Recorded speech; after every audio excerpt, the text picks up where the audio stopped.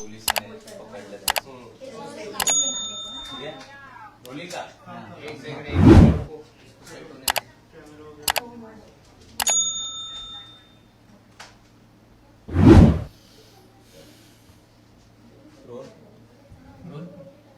देशपांडे साहेब काल सीजेपी कडनं किंवा जे विद्यार्थी आंदोलनाला जमलेले होते आणि याच वेळी एक व्हिडिओ व्हायरल होतोय त्यामध्ये सिव्हिल वाले येऊन एका विद्यार्थ्याला पकडताना पाहायला मिळत आहेत आणि त्यामध्ये एका मुलीचा देखील गैरवर्तन त्या ठिकाणी होत आहे. नेमका हा काय प्रकार आहे ज्या पद्धतीने सर्वांनीच प्रश्न उपस्थित मला असं वाटतं ह्याच्याबद्दल स्वतः पोलिसांनी बोललं पाहिजे की हा काय प्रकार आहे आणि त्याच्यावर तुम्ही काय कारवाई करणार. आय एम शुअर मी देवेंद्र फडणवीस साहेबांना खूप वर्षापासून बघतोय राजकारणामध्ये, कधीतरी माझी त्यांची इंटरॅक्शन सुद्धा झाली आहे. ते अमित शहांसारखे इन्सेन्सिटिव्ह नाहीत, त्यामुळे ते निश्चितपणे कारवाई करतील. ज्या पद्धतीने अमित शहा वागतात त्याप्रमाणे ते काय गुंडांसारखे वागणार नाहीत. ते सेन्सिटिव्ह आहेत, शिकलेले आहेत, त्यामुळे ते निश्चितपणे कारवाई करतील अशी मला आशा आहे. पण ज्या पद्धतीने त्या पोलीसवाल्याच्या हे पण दिसून येत आहे की त्याला निदर्शनास आलं नाही की एक महिला आपल्या समोर आहे. नाही, मला असं वाटतं काय झालं याची चौकशी करायला पाहिजे. ते पण वागतात हे कुठेतरी दिसतं. नाही, पोलीस तर इन्सेन्सिटिव्ह का वागतात मला कळत नाही. मुंबई पोलीस असे नाहीये. आता काल सुद्धा आम्ही शांततामय पद्धतीने सह्यांची मोहीम घेत होतो. तिथे येऊन ह्याला पकड त्याला पकड. मला असं वाटतं की एकदा आहे ना दिल्लीतल्या बसलेल्या सेंट्रल गव्हर्नमेंटनी ठरवावं की या देशात लोकशाही आहे का या देशात हुकुमशाही आहे. एकदा तुम्ही ठरवा आणि आम्हाला सांगा की बाबा आजपासून लोकशाही संपली, आजपासून हुकुमशाही चालू झाली. मग आम्हाला पण आमचे ऑप्शन्स ओपन राहतात ना, कसं डील करायचं तुमच्याशी ते. आम्ही लोकशाही आहे म्हणून सगळं लोकशाहीच्या मार्गाने करतोय. तुम्ही जर सांगितलं ही आजपासून लोकशाही संपली आहे, आजपासून हुकुमशाही चालू झाली आहे, सुप्रीम कोर्ट पण तुमचं ऐकणार नाही, सुप्रीम कोर्टाला वेळ पण नाही तुमच्यावर काय अत्याचार होतोय ते बघायला. हे एकदा आम्हाला सांगून टाका की आजपासून आता हुकुमशाही चालू झाली आहे. मग आम्हाला पण आमचे ऑप्शन ओपन राहतील ना की लोकशाहीच्या मार्गाने आंदोलन करायचं का भगतसिंगांच्या मार्गाने आंदोलन करायचं. काल आपण जर बघितलं सोनम यांनी उपोषण मागे घेतले, मात्र अभिजित दिपके यांनी अजून देखील आंदोलन सुरूच ठेवलं. जोपर्यंत राजीनामा होत नाही तोपर्यंत राजीनामा तर धर्मेंद्र प्रधानचा झालाच पाहिजे. माझा सरकारला एक प्रश्न आहे, जयदीप धनखडांचा तुम्ही राजीनामा घेतलात का घेतलात? काय केलेलं जयदीप धनखडनी? एकदा देशाला कळलं? तुम्हाला कळलं? मला कळलं की जयदीप धनखडनी राजीनामा का दिला. कारण जयदीप धनखड तुमच्या अंगाशी आलेले म्हणून तुम्ही तुमचा राजीनामा घेतला. तर हा धर्मेश प्रधान आमच्या देशाच्या अंगाशी आलाय तर त्याचा तुम्हाला राजीनामा घ्यायला होत नाही. जयदीप धनखडचा राजीनामा का झाला एकदा नरेंद्र मोदींनी सांगावं देशाला की आम्ही का राजीनामा घेतला. ही खोटी जी कारण नाही, त्यांची तब्येत बरी नाही वगैरे. आता तर चांगले फिरतायत जयदीप धनखड. शिक्षण सचिवाचं खातं बदललं जातं केंद्रामधल्या, मात्र धर्मेंद्र प्रधानवर अजूनही मला तर त्या धर्मेंद्र प्रधान मला कळत नाही एवढा निर्लज्ज माणूस कसा आहे. सोशल मीडियावर एवढा माणूस तो ट्रोल होतोय, झोतो येतोय, त्याला शिव्या घालतोय. म्हणजे मराठीत एक म्हण वाचलेली, लाच कोळून प्यायलोय. त्या म्हणीचा अर्थ मला आत्ता दिसतोय. इतके दिवस फक्त ती म्हण वाचत होतो आपण, त्या म्हणीचा अर्थ काय लाच कोळून प्यायलोय याचा अर्थ आपल्याला आत्ता दिसतोय. काल रात्री पंतप्रधान नरेंद्र मोदी यांनी फेसबुकच्या द्वारे एक व्हिडिओ व्हायरल केला आणि आज अधिवेशनमध्ये हे सगळे मुद्दे मांडले. मला वाटतं जे नरेंद्र मोदी साहेब घरी बसून आहेत त्यांनी एकदा बाहेर पडावं रस्त्यावर. संसदेत पण आले नाही अजून. संसदेत तर ते येतच नाही. माझं म्हणणं आहे पहिले आहे ना राजा वेश बदलून यायचा आणि पण एकदा दाढीबिडी काढून एकदा रस्त्यावर उतरून बघावं लोक काय ऐकतात बोलतात त्यांच्याबद्दल. ते नाही घरात ना निदान मोबाईलवर तरी बघा तुमच्याबद्दल लोक काय म्हणतात ते. मुंबईत सुरू असलेल्या आंदोलनावर 1500हून अधिक विद्यार्थ्यां आणि विद्यार्थिनींवर गुन्हे दाखल झाले. नाही, मला असं वाटतं ह्याच्यावरचे गुन्हे कसले गुन्हे आणि कशाबद्दल गुन्हे, कसली जमाव. आता काल शिवाजी पार्कला सांगतात जमावबंदी, पब्लिक प्लेसमध्ये जमावबंदी होते. पब्लिक प्लेस आहे कशाला, पब्लिकला फिरायला आहे ना.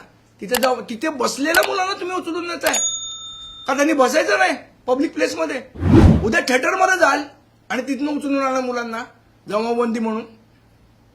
पोलीस अशा मुलांवर पाळत ठेवतात, घरी जात आहेत, त्यांना उचलण्याचा प्रयत्न करतात, त्यांना ही सांगतात की तुम्ही आंदोलनात सामील झाला तर कारवाई. अहो मी तुम्हाला सांगतो, ही जेनझीची मुलं आहेत जे आंदोलनकारी, खूप हुशार आहेत आणि हे सगळे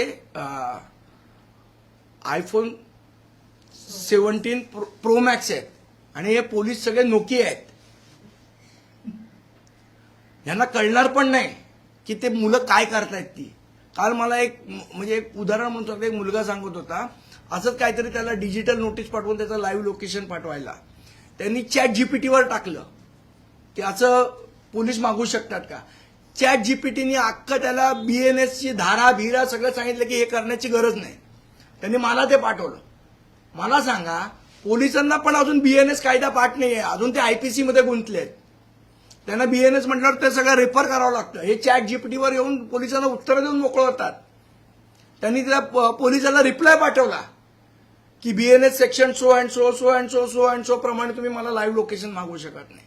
म्हणून मी म्हटलं हे सगळे आयफोन प्रो मॅक्स जनरेशनची लोक आहेत. पोलीस अजून नोकियामध्ये अडकलेले आहेत. यांच्या नादाला लागू नये पोलिसांनी. अंडर एस्टिमेट केले जाते तरुणांना. निश्चितपणे मला वाटतं त्यातल्या त्यात तरी मुंबई पोलीस सेन्सिटिव्ह आहेत. ज्या पद्धतीने दिल्ली पोलीस वागतात त्याच्यापेक्षा मुंबई पोलीस सेन्सिटिव्ह आहे. आणि शेवट महाराष्ट्र हा पुरोगामी आहे आणि कसेही असले तरी सुसंस्कृत नेते आहेत. आज थोडी डोळ्यावर काळी पट्टी बांधली आहे त्यांनी, पण मनातनं त्यांना माहिती आहे की आपण करतोय हे चुकीचं करतोय. त्यामुळे मुंबई पोलीस सुसंस्कृतपणे वागतायत अजून तरी. एखाद दुसरा इन्सिडेंट असेल पण ओव्हरऑल पोलीस सुसंस्कृतपणे वागतायत. दिल्ली पोलिसांनी एक व्हिडिओ जारी केलेला आहे आणि त्यात ते असं म्हणतायत की 480 अकाउंट जे आहेत ते या सगळ्या आंदोलनामध्ये पाकिस्तानी हँडलर्स हँडल करतात आणि त्याच्यावर आम्ही बॅन आणलेला आहे असं त्यांचं ऑपरेशन म्हणणं आहे. सिंदूरला जे वापरलं गेलं होतं तेच आता त्याचा वापर केला ठीक आहे ना. आता मला सांगा, त्या पाकिस्तान ऑक्युपाईड काश्मीरमध्ये पण आंदोलनं होत आहेत, बरोबर. इंडियातले लोक पण तिथे हे करतात ना ट्विट. आता आपल्या देशात काय घडतंय, दुसऱ्या देशाने काय ट्विट केलं काय तर त्याचा ह्या मुलांचा काय दोष त्याच्यात, या स्टुडंटचा काय दोष. ते पाकिस्तानी आहेत का तुम्ही कसे पोस्टला 40 पैसे देते तसे त्यांना कोण देत आहे. नुकताच असा एक मुद्दा समोर आलेला आहे.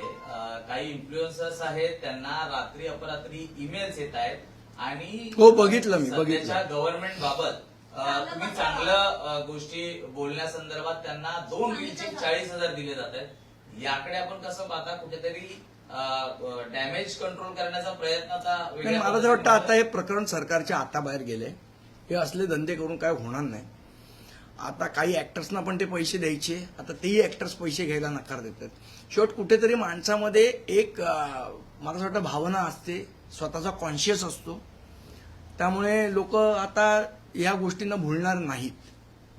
मुख्यमंत्र्यांनी काल असं म्हटलं की विद्यार्थ्यांचा वापर करून राजकीय कोणी भाजण्याचा प्रयत्न सुरू आहे. अच्छा, मुख्यमंत्र्यांना काय बोललं तर बाबा परत महाराष्ट्राचा अपमान होईल.